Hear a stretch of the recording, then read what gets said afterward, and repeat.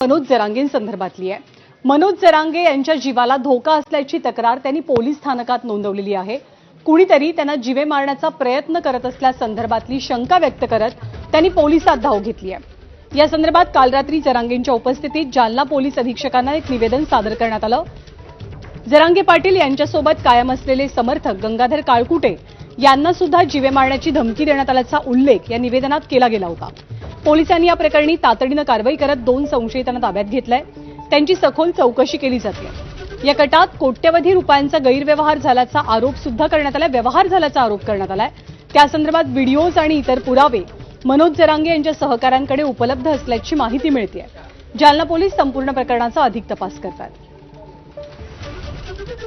मला धमकी नाही दिली एवढी, आणखीन ही अवलाद धमकी देणारे पैदा नाही होऊ शकत।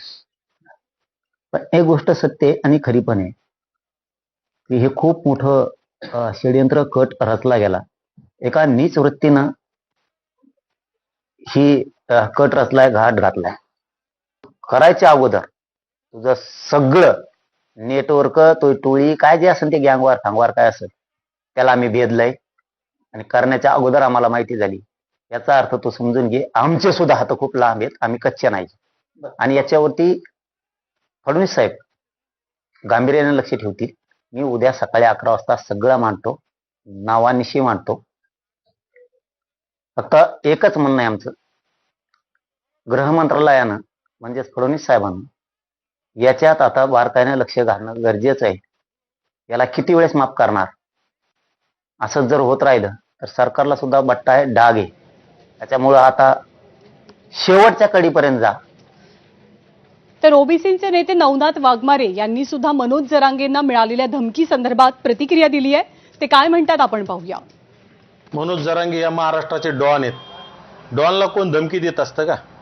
हे काहीतरी मला वेगळंच प्रकरण असल्याचा संशय येतोय। वाळू माफिया, मटका माफिया, गुटखा माफिया, दारू माफिया, जमीन माफिया, ह्या लोकांच्या गराड्यात असणाऱ्या माणसाला कोण धमकी देईल?